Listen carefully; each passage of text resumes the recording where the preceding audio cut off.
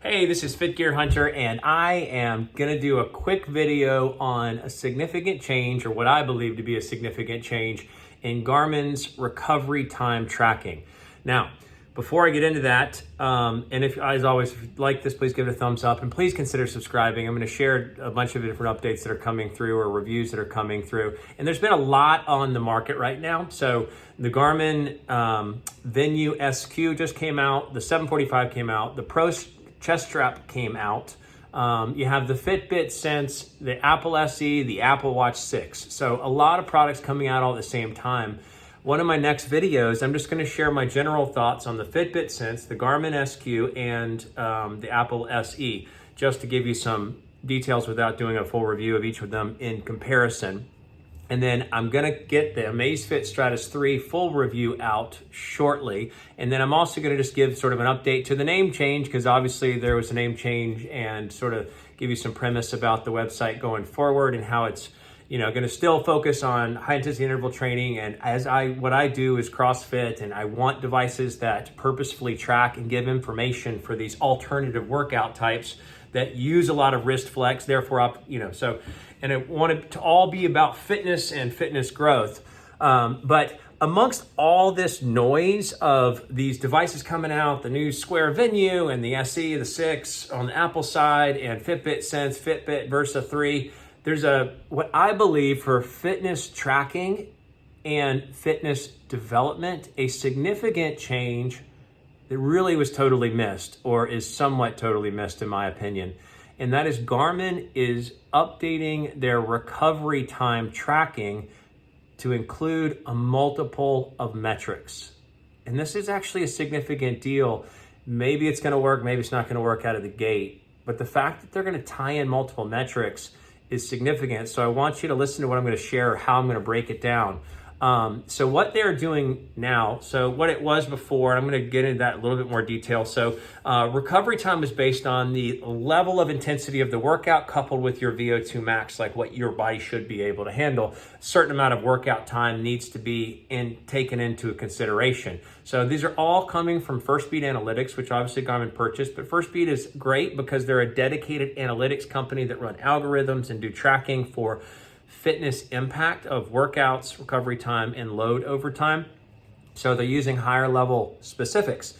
So it was just that your recovery time was based on, okay, you're at this fitness level off the VO2 max, and this is the training effect. And just to break that down for how Firstbeat kind of does it, so you have to go on a run for at least 5 minutes, or a bike for a period of time. I don't do biking, but to get a VO2 max. And the VO2 max can set your load score, can set your overall fitness level to where it calculates like what your load range needs to be to continually improve your fitness. And it takes into account, I think, Firstbeat takes into account your history, your most recent training history. Obviously, the load score itself is the most recent training intensity and history. But the bottom line for how it assesses the training effect or the workout exertion impact on your body is based on your VO2 max score. At least that's my understanding of it. So you're at this level of fitness. You kept your heart in these heart rate zones for this amount of time. Therefore, this probably benefited this level of fitness strength or VO2 max capabilities.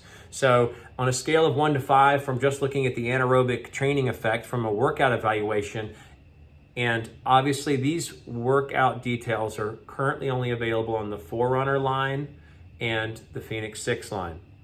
So, this intensity of workout relative to this level of fitness from a VO2 max evaluation standpoint gives you a score of 4 or a score of 2 or whatever. So whether it's improving or it's overreaching or it's maintaining your fitness. So like a 3 is like you're going to grow your fitness. A 2 is somewhat maintaining. A 4 plus is somewhat overdoing it, like your fitness level can't handle the level of workout you did, which just means your amount of time in these certain heart rate zones and the length of time in which you stayed in that heart rate zone. So anyway, Garmin in the Forerunner series, and that's the higher end, not the 45, in the Fenix 6 series would take those strain levels into account and say, okay, you need this much recovery time.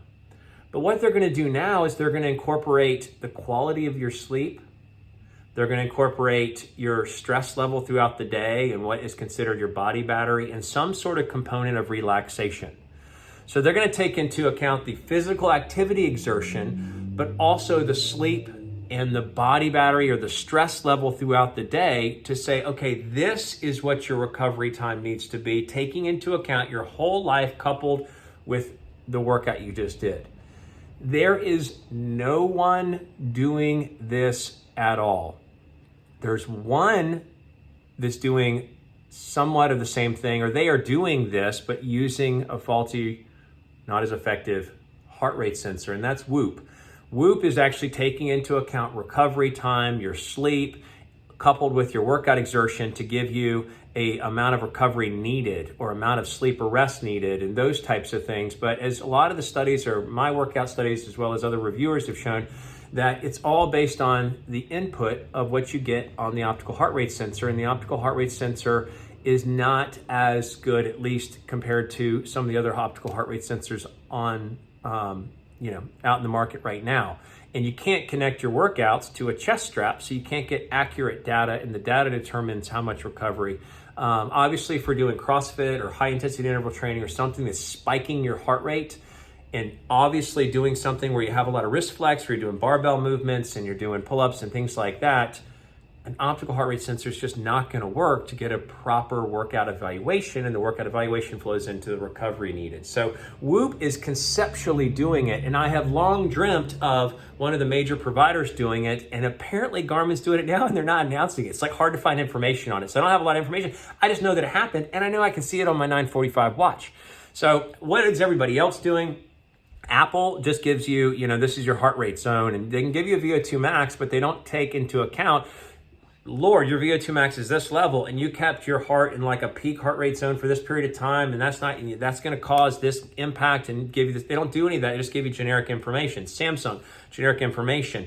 Polar does some of it. So they will track in 4 hours of your sleep, your recharge, the estimation of recharge, heart rate variability, your breathing rate, your time between beats, time between your heartbeats over the course of sleep, coupled with the sleep score to give you a nightly recharge. They actually have what's called Recovery Pro for some of their devices, where if you have a chest strap, you wear a chest strap for like a 3-minute test, you have to lay down, and you can get your recovery level. I didn't find it to be very helpful because it's just one little blurb, and if you do that, you can't get the nightly recharge, which is an in-depth analysis of your sleep. You can still get the sleep score, but not the in-depth analysis of the recovery side. So I think, well, that doesn't really help. And they don't give recovery time. In a lot of their major watches that are out now, you don't get recovery time. I think you might be able to look at the workout on the Polar Beat app as it flows from Polar Flow to Polar Beat off of the watch, and you might be able to see some recovery time, but it's never been quite accurate like a followed, trackable thing.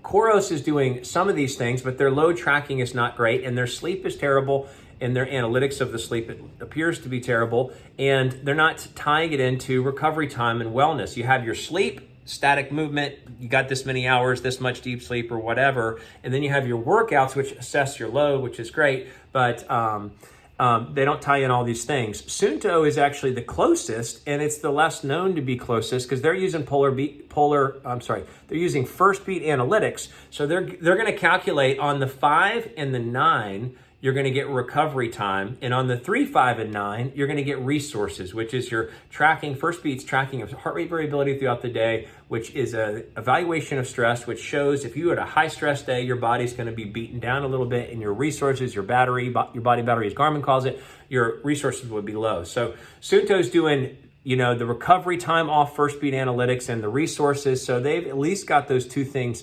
measured on their watches, not in the app, and it's not as easy to see or whatever. So there's problems there. But then you got Garmin now that is doing it all on the watch, on the app, and now they're doing it in combination, in tandem. So I just uploaded the 945 5.09 beta into the watch, and my recovery time at the time was like 14 hours, and then it changed to 22. And you can click into the recovery time. This is all in the training status icon. And you can now see that it is saying, well, you didn't get good sleep last night, so your recovery time needed changed. So it went from 14 to 22 hours needed because well, I didn't get good sleep at all the night before. But anyway, so it is a significant shift, and it doesn't look like much. So I'll just give you a brief, sort of appearance. So you go to the training status icon, training status. I'm in recovery because I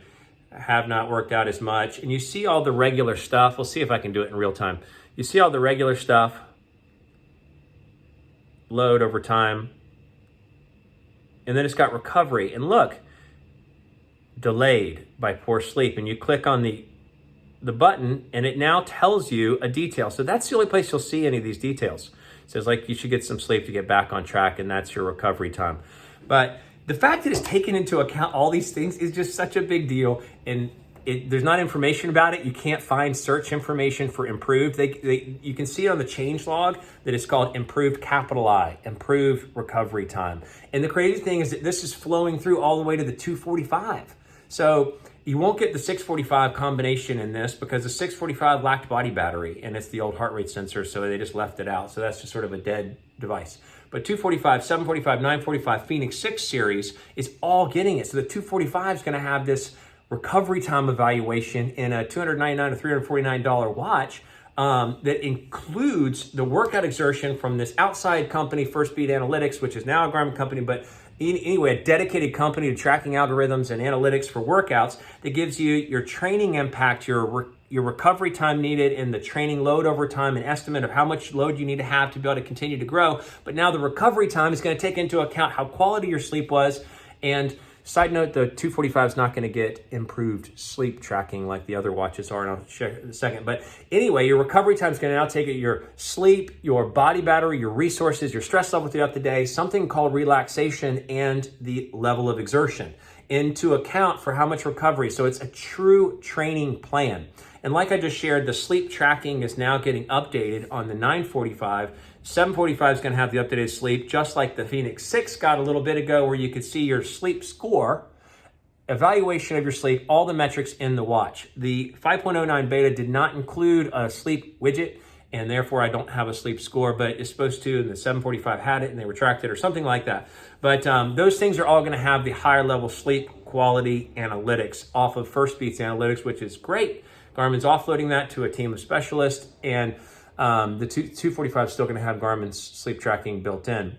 But, again, you can see your SpO2 level for all these watches throughout the night. You can see your respiration level throughout the night. You can see your respiration level throughout the day.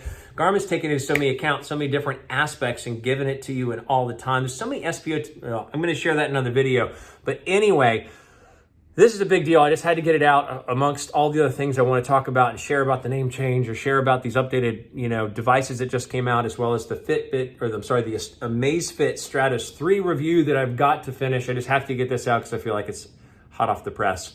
This is the Fit Gear Hunter, and thanks so much for watching.